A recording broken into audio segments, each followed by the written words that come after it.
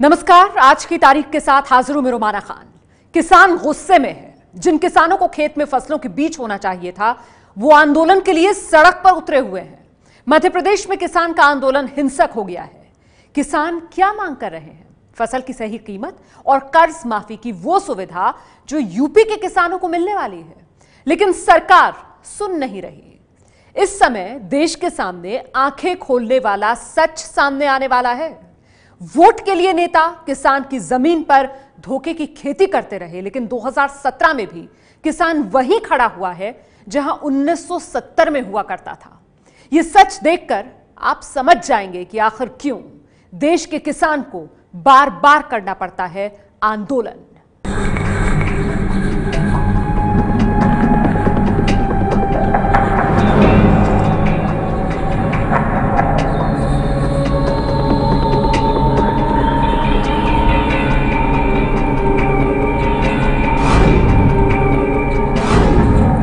हमारे किसान हताश हैं, निराश हैं, गुस्से में हैं। नाउमीदी ने उन्हें सड़कों पर उतरने पर मजबूर कर दिया है।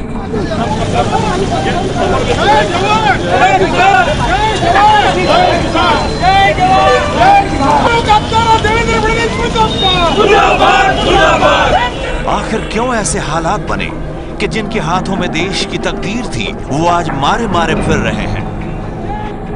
2016 का आर्थिक सर्वेक्षण बताता है कि देश के 17 राज्यों में किसानों की सालाना औसत आमदनी 20,000 रुपए से भी कम है। मतलब एक किसान की मासिक आय करीब 1,500 रुपए है। हड़ताल कर रहे हैं, ये आज की बात नहीं है।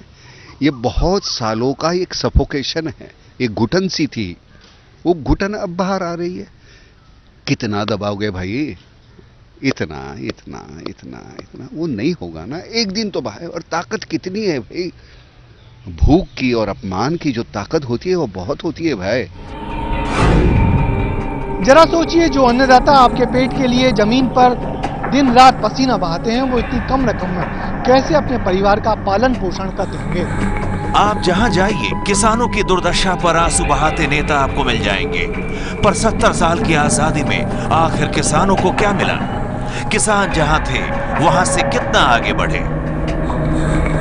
20-25 साल पहले जिन नेताओं के पास एक गाड़ी तक नहीं थी, आज वो महलों के मालिक हैं और वो सड़क से ज्यादा आसमान में उड़ते हैं। आमदनी सिर्फ नेताओं की ही नहीं, कर्मचारी और बाबुओं की भी बढ़ी। 1970 और 2015 के बीच सरकारी कर्मचारी की आमदनी 120 से 150 गुना, कॉलेज टीचर्स की 150 से 170 गुना और स्कूल टीचर की 280 से 320 गुना बढ़ी। पर किसानों की आमदनी कितनी बढ़ी, जानेंगे तो आप हैरान रह जाएंगे।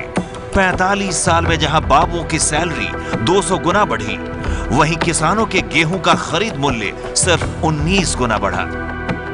इतना ही नहीं, कर्मचारियों को कुल 108 भत्ते मिलते हैं, जबकि किसान को एक भी भत्ता नहीं मिलता है। कृषि के बड़े जानकार देवेंद्र शर्मा का कहना है कि मैच किसान के खिलाफ फिक्स है। किसानों को यह समझ में नहीं आता कि वो कृषि उपज की खेती नहीं करता, बल्कि वो तो घाटा पैदा करने वाली खेती करता है। कब तक इसको बर्दाश्त करता रहेगा? ये गला जो घोंटा जा रहा था उसका। आज अगर पूछा जाए कि एमएसपी कितनी होनी चाहिए, तो मेरा यह मानना है, जो मैंने अभी आपको आंकड़े बताया, तो अगर 100 गुना भी हम न्यूनतम ले लें जो बढ़ोतरी उसकी होनी चाहिए थी, तो आज गेहूं का दाम जो 1625 रुपए प्रति क्विंटल है, वो आज 7,600 रुपए प्रति क्विंटल होना चाहिए। ये किसान का हक बनता है। सवाल उठता है कि जब समय समय पर हर क्षेत्र के लोगों की आमदनी बढ़ती है, तो भला किसान की आय क्यों नहीं बढ़ती? दरअसल खाने पीने की चीजों की कीमत बढ़ने से महंगाई बढ़ती है और सरकार ये जरा भी नहीं चाहती। यही वजह है कि किसानों की उपज मूल्य नहीं बढ़ती और किसान परेशान होता रहता है। इसका मतलब मतलब ये नहीं है कि आप महंगाई हो रही है तो सारे का सारा बोझ किसान पे डाल दीजिए। करना ये चाहिए था, महंगाई के लिए आप किसान से जो खरीदते हैं वो उसी दाम पे खरीदिए, लेकिन जो उसका बाकी जो उसका हक बनता है, जैसे मैंने कहा कि 7,600 रुपए प्रति क्विंटल उसका हक बनता है गेहूं का, जो बाकी 6,000 रुपए बच जाता है वो उसके जनधन अकाउंट में डालिए। पैसे की कोई कमी नहीं है इस देश में, सिर्फ ये है कि पैसा उन लोगों के हाथ में जा रहा है जहां नहीं जाना चाहिए। अर्थशास्त्री और कृषि विशेषज्ञ किसानों की दुर्दशा के लिए अक्सर उत्पादकता को दोष देते हैं, लेकिन असली समस्या क्या है वो किसान जानते हैं। कर्ज लेकर खेती करते हैं, लेकिन लागत भी नहीं निकल पाती है। कर्ज बढ़ता जाता है और इसी के साथ किसानों की आत्महत्या भी बढ़ जाती है। पिछले 21 वर्षों में 3,18,000 किसानों ने आत्महत्याएं की, यानी प्रत्येक 41 मिनट में एक आत्महत्या। नरेंद्र मोदी ने किसानों को वायदा किया था कि यदि वे सत्ता में आए तो किसानों को लागत मूल्य सूची पर 50% मुनाफा दिलवाएंगे, मगर अब इस बात पर चर्चा सरकार नहीं करती। जब नियत में वोट रहेगा तो काम में तो खोट होगी ही। किसानों का बरसों का गुस्सा अब बाहर निकला है। नाइंसाफी पहले भी हुई है, आज भी हो रही है। किसान तो किसान है, नेता उसे उत्तर प्रदेश का, मध्य प्रदेश का, महाराष्ट्र का बता रहे हैं। यूपी में चुनाव था तो किसानों का कर्ज माफ कर दिया गया। मध्य प्रदेश और महाराष्ट्र में चुनाव नहीं है तो किसानों को कोई पूछने वाला नहीं।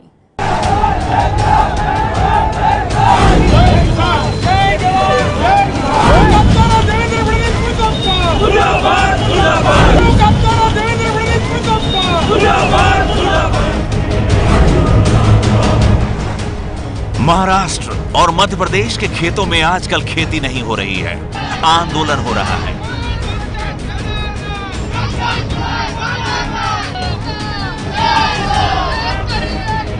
आंदोलन इस मांग के लिए कि जैसे यूपी में किसानों का कर्ज माफ हुआ है, वैसे ही उनका भी कर्ज माफ हो।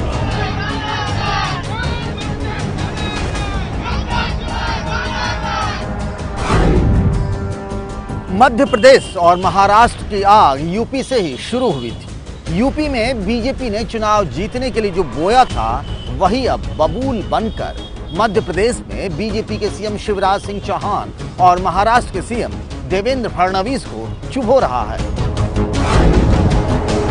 मैं भी यूपी का सांसद हूं, प्रधानमंत्री के नाते नहीं, लेकिन यूपी के सांसद के नाते मैं आपको वादा करता हूं कि मैं उत्तर प्रदेश की सरकार के पास सबसे पहला काम किसानों की कर्ज माफी का करवा के रहूंगा।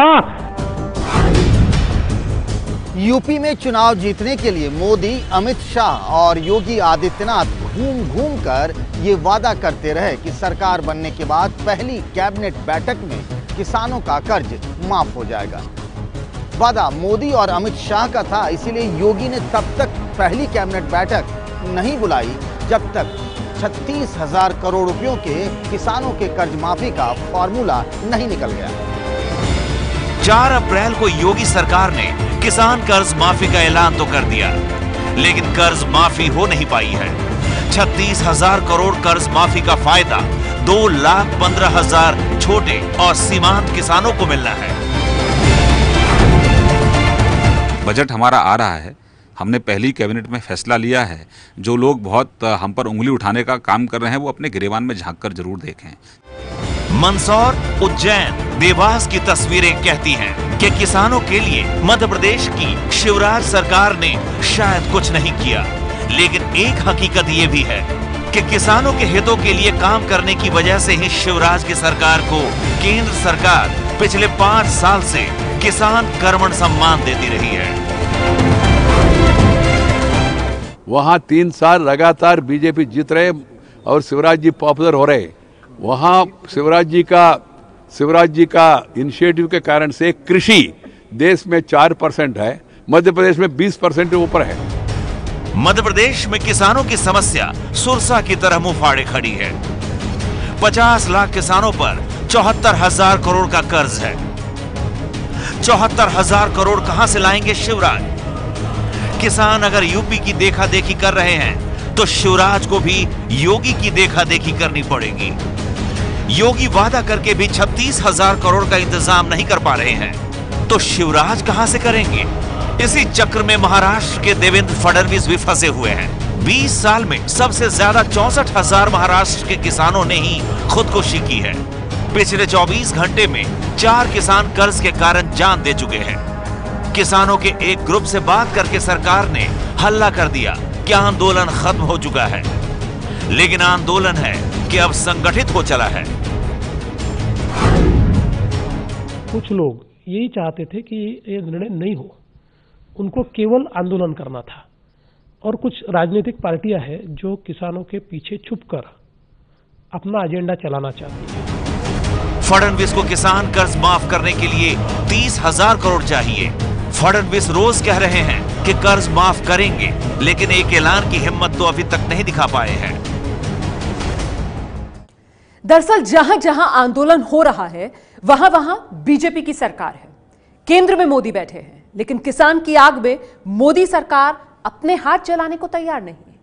मोदी मेरा किसान, हमारा किसान कहते तो हैं, लेकिन कर्ज माफी के जाल में फंसने को तैयार नहीं है।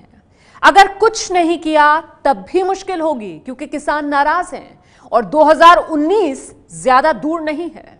मैं मेरे किसानों को याद करता हूं, उनसे बढ़कर पवित्र हाथ किसका हो सकता है, उससे बढ़कर पवित्र हृदय किसका हो सकता है, उसके बिना पवित्र मकसद किसा हो सकता है। मोदी ने अपनी राजनीति में, अपने शासन में किसानों को बड़ी अहमियत दी। किसानों को ध्यान में रखकर कई योजनाएं बनाई।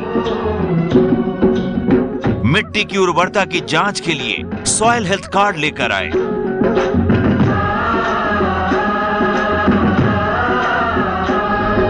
गर्व भारत के विकास का। किसानों को खेती की जानकारी देने के लिए चैनल खोल दिया। डीडी किसान, बदलते भारत की शान। पीएम मोदी की नजरों के सामने अन्नदाता तड़प रहा है और वो कुछ नहीं कर पा रहे हैं। बीजेपी की राज्य सरकारें किसानों की कर्ज माफी में फंसी है, लेकिन मोदी सरकार ने अपने हाथ खड़े कर दिए हैं। राज्यों को ये साफ संदेश दे दिया गया है कि जो भी करना है वो अपने संसाधनों से ही करना पड़ेगा। दरअसल सरकार को ये डर है कि अगर एक राज्य को केंद्रीय मदद दी गई तो बाकी राज्य भी पैसे मांगने लगेंगे। जो राज्य इस प्रकार की नीति का अमल करना चाहते हैं उन्हें अपने साधनों में से करना पड़ेगा। कर्ज माफी के आंदोलनों का संदेश साफ है कि वोटों के लिए पार्टियों ने अब तक किसानों की जमीन पर सिर्फ धोखे की खेती की है। आरबीआई, निजी और सरकारी बैंक खुलकर कर्ज माफी की राजनीति का विरोध कर रहे हैं। डर ये है कि कर्ज माफी की उम्मीद में किसान कर्ज चुकाना ही बंद कर देंगे और बैंकों का पैसा डूबता रहेगा। लोन की अगर वेवर की जाती है तब जो क्रेडिट डिसिप्लिन है वो टूट जाती है। आज के लिए तो लोन वापस आ जाएगी क्योंकि गवर्नमेंट पैसा दे देगी, लेकिन फिर जब हम लोग लोन देंगे तब किसान फिर अगले इलेक्शन के लिए, अगले चुनाव के लिए रुके रहेंगे। विदेशी रेटिंग एजेंसी मेरिल लिंच का अनुमान है कि 2019 तक कर्ज माफी जीडीपी के 2% के बराबर हो जाएगी। जब किसानों की कर्ज माफी का विरोध होता है तो उनके समर्थन में यह आवाज उठती है कि अगर 2013-16 यानी 3 साल में कंपनियों को 17 लाख करोड़ की टैक्स रियायत मिल सकती है तो किसानों की कर्ज माफी क्यों नहीं। 5,000 से ज्यादा डिफॉल्टर बैंकों का 56,521 करोड़ दबाकर घर बैठ सकते हैं तो किसानों की कर्ज माफी क्यों नहीं। 50,000 करोड़ रुपए से ज्यादा पिछले साल मोदी जी ने अपने बड़े बड़े उद्योगपति दोस्तों का माफ किया। ठीक है, आप माफ करना चाहते हैं, अमीर लोगों, बड़े लोगों का कर्ज माफ करना चाहते हैं, आप कीजिए, मगर क्यों नहीं आप किसान का भी कर्ज माफ करें। कर्ज माफी फायदे का अर्थशास्त्र हो या नहीं, लेकिन फायदे की राजनीति का अस्त्र बरसों से है। सबसे बड़ा अर्थशास्त्र तो अर्थशास्त्री प्रधानमंत्री मनमोहन सिंह लिख गए। 2008 में 65,000 करोड़ का किसान कर्ज माफ किया और किसानों की दुआएं लेकर 2009 में चुनाव जीतकर फिर पीएम बन गए। जैसे 2009 को 2014 में दोहराया नहीं जा सका, वैसे ही ये जरूरी नहीं कि यूपी का नतीजा 2019 में भी दोहराया जा सके। दांव पर बीजेपी की सरकारें लगी हैं। प्रधानमंत्री मोदी भले ही आंखें बंद कर लें, लेकिन बीजेपी का सबसे बड़ा चुनावी चेहरा मोदी चुप नहीं बैठ पाएंगे।